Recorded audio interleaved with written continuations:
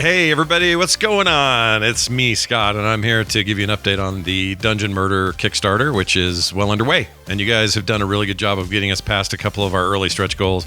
I'm so stoked about that because one of those, the most recent one, was to up the quality and coding on the cards, which is kind of expensive and not something you can do right out of the gate. But because of you guys, now we can do it. So every deck going to every person will now be this really awesome, resilient, smooth, beautiful, textured coating on all these cards.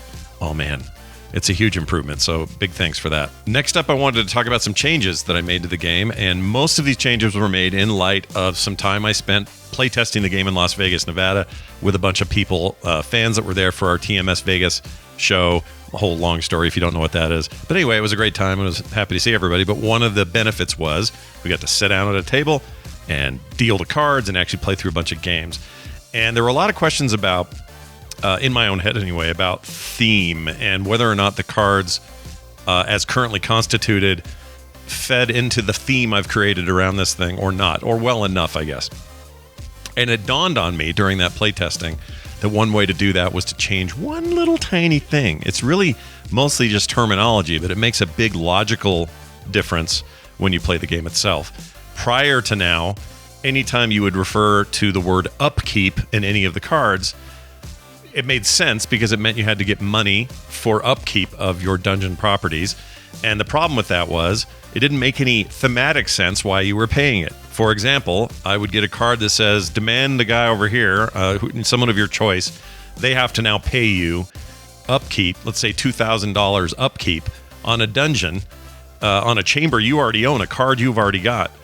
Well, why? Why am I charging another dungeon lord upkeep for something that is mine to upkeep? It just kind of, it's fine if you just sort of put it back in the back of your head, but as an overall theme, I think it damaged the theme a little bit, and it took me forever to figure it out. So, long and the short of it, I've changed it. It is now Raid. Yeah, that's right. Long time MMO fans, get with me on this. Instead of saying, hey, you owe me money for no reason, now you're going to be able to say, I need gold out of your vault for a reason. And that reason is I own this card. And this card says that I own the Feral Pig Kennels, at least card number 1 of that 3-card set.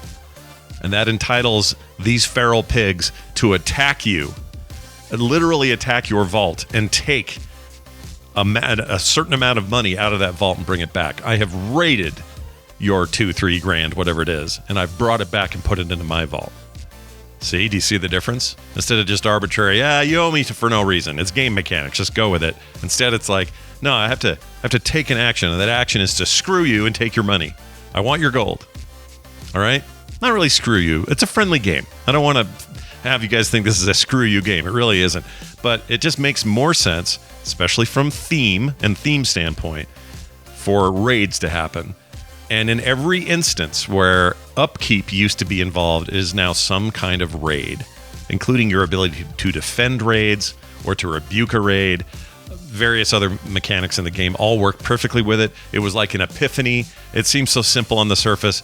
Look at the brain on Brad. I figured it out. All right, next up, we are well on our way to our next stretch goal, and that stretch goal includes a map of the world this is set in. I was really excited about this. And hold on, I gotta grab something. Okay, so for those of you who supported me on Rock Runners, the previous card game I did, one of our unlocks was this mat. See, you can kind of see it here. This thin, high density, almost like a mouse mat, but more like a play mat. And it's large. I want to say 10 by 16 inches. And this was used for the play area of that game, which obviously was science fiction themed. In this case, what I wanted to do from the beginning, and we're about to unlock this one, at least we're getting close, is I wanted to create a map. You know when you get like a cool video game or you buy, I don't know, you buy a book series or something and in there comes a cloth map, you know? Cloth maps, underrated as a cool thing, a physical thing to get. So I built an entire map, hand-drawn from scratch, showing where all of these dungeons are, all of these chambers are located. I'm very proud of it. I love where it went. I love how it turned out. I was nervous making it. I am no longer nervous about it. I'm very pleased with it, and I want you guys to have this, but we have to reach that next goal to get it. So let's go. And to just leave you a little something to chew on. After that, we have a very cool next level that will unlock a challenge coin. And it's a big, large format, super detailed, really high quality challenge coin. I don't have an example to show you because we have to get them made. But, it's so nice. I may have thought I had an example of one that it might look like, but I can't find it. Anyway, really nice. If you like challenge coins, I know a lot of people out there, especially in Kickstarters, like to collect these. Very excited about that. So let's get there as well. All right. The map, the challenge coin, and beyond. Because we still have, a couple of weeks or something during this thing. Okay. On top of all that, gigantic, enormous, never-ending, ever-flowing thank you to everybody who has supported this in any way at any level. It means the world to me to finally get this thing out there. It is a massive passion project for me. And we had so much fun with it in Vegas. I've had so much fun with it in just regular games with regular people, and having them walk away going, oh my gosh, that was great. I didn't expect it to be that great. You have no idea how good that feels. I mean, it's a little concerning how little faith they had in me when they say, I can't believe it's as good as it is or whatever, but I'll take it. I don't care. I'll take it. I'll take the compliments. And more importantly, I'm very happy to hear that because that means a lot of you are really going to enjoy this. I can't wait to get it in your hands. So let's get this thing through. Let's get this thing done so that we can ship these and get it out to everybody who wants one. Gigantic thanks again from me. And I'll see you soon with more info.